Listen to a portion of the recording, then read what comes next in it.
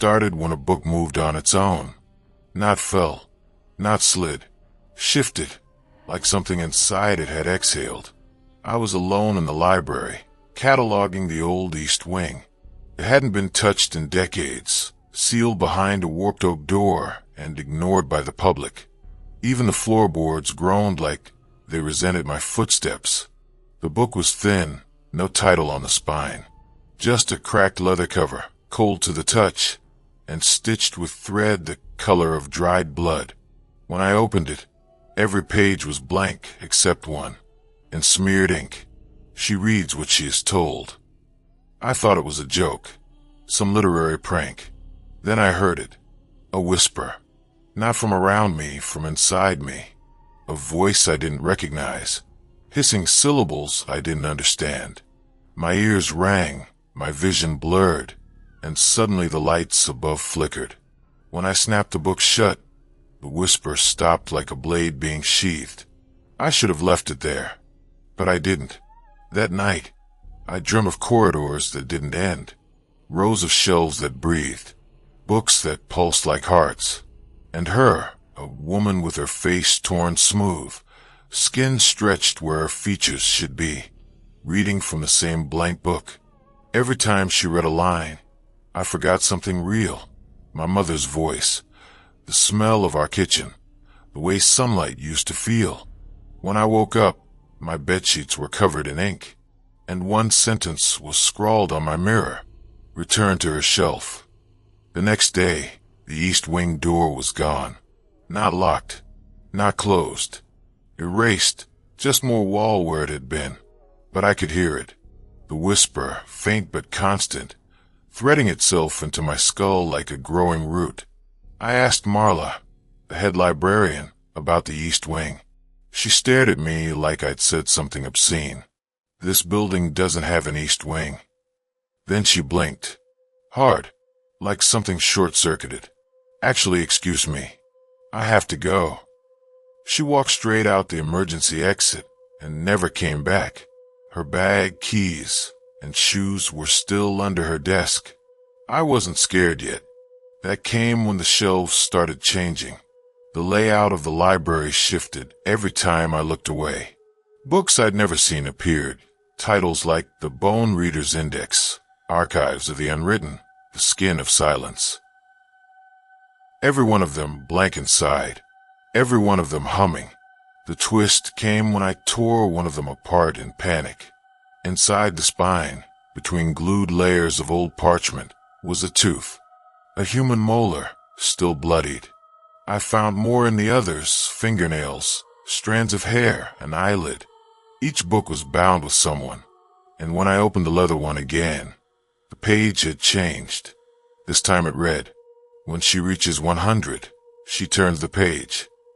The number 99 was scratched into the bottom corner, and I understood. Each book was a person, one that she read, devoured, and erased. The shelves weren't full of knowledge. They were graves. I raced to the records room, tried to find old blueprints, old staff logs, anything. But the deeper I searched, the more things disappeared. Words fell off the paper as I read them. Whole paragraphs erased themselves like I was being censored in real time. And my reflection? It started changing. The first thing to go was my mouth, blurring out in the mirror. Then my eyes. Then my voice. I tried to call for help, but all that came out was static, like a dying radio station. Back in the reading hall, the books had all opened on their own, pages flipping, empty white sheets rustling like feathers. And then I saw her, finally, the faceless woman.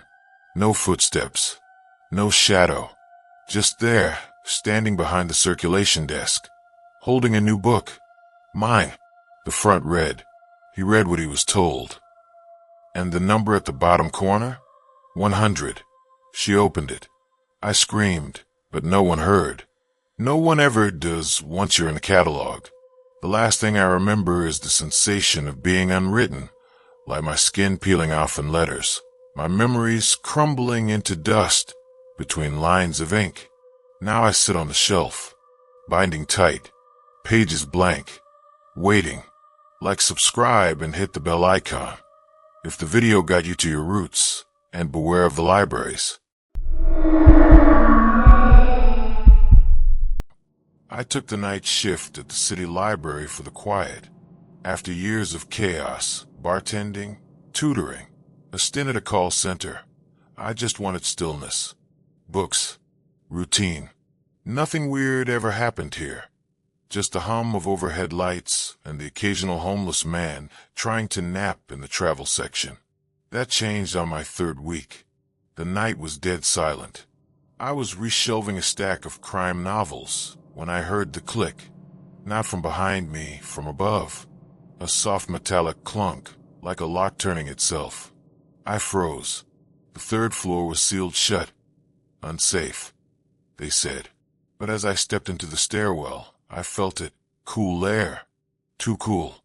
It smelled like old paper soaked in vinegar. And something faintly sweet, like orange peels left out too long. The door to the third floor stood slightly ajar. That door had been padlocked. I checked it myself. I should have gone back. Should have reported it. But curiosity is louder than caution, especially at 2 a.m. The steps creaked under my feet as I climbed. Not from weight, from something dry shifting inside the walls. Like insects scraping wood. The third floor was dim. Dust hung in the air like smoke. Rows of untouched shelves lined the open space, untouched since the 80s. Most of the books had rotted spines, some collapsing into piles of yellowed pulp. And at the center, under a flickering bulb, was a single desk. One book lay open on it. No title, no markings. Just a library card sticking out, stamped in faded red ink.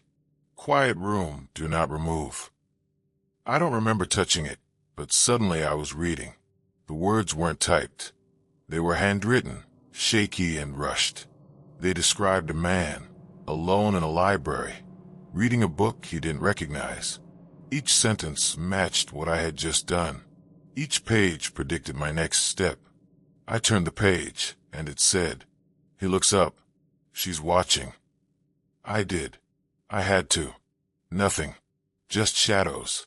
But the dust was swirling, like something had just moved past me. I slammed the book shut and ran down the stairs, my heart pounding so hard it felt like a hammer in my throat. Back at the front desk, I tried to shake it off. Maybe a prank. Some bored ex-employee messing around. But when I turned on the monitor for the security feed, I froze. There were only 2 cameras on the third floor, and on both screens, there I was. Still standing at the desk, not moving, not blinking, just frozen. But I was down here, watching it.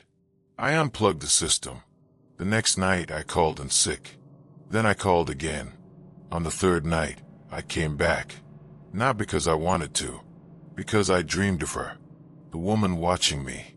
She had no face, just lines. Horizontal, like erased pencil strokes where features should have been. Every time I turned in the dream, she was closer, and whispering in a voice like cracking ice. The story must end. The story must end. So I went back. Third floor. Same book. Same smell, wet paper and rot. But this time, something had changed. The desk was empty. The book was gone. Instead, the entire room had been rearranged into a circle of chairs, each one facing inward, each one occupied. Figures frozen like mannequins, their clothes modern but dirty, their skin dry, their eyes wide, glassy, unblinking. One chair was empty, the one at the center, with a copy of that book waiting on the seat. This time, the title was written on the cover, the last page. My name was on the first line, not in ink, carved into the paper, and suddenly I felt it, my mouth drying, my limbs stiffening, the air thick like syrup in my lungs. The figures in the chairs all turned their heads toward me at once, not fast, not slow, just wrong. The lights above buzzed louder, flickering in sync with my heartbeat. I dropped the book, ran, this time Something followed. No footsteps, just the sound of breath. Right behind me. Wet and steady, like someone breathing through their nose while submerged underwater. I slammed the stairwell door and locked it. Didn't stop running until I was outside, panting in the freezing air. The library windows were all dark, except one. Third floor. She was watching. Still, every night since, I see that window lit, even though the third floor has no power. And last week, someone mailed a package to my apartment. No return address. Inside was the book, open to the last page. Blank, except for a line written in fresh ink. Now you write the ending.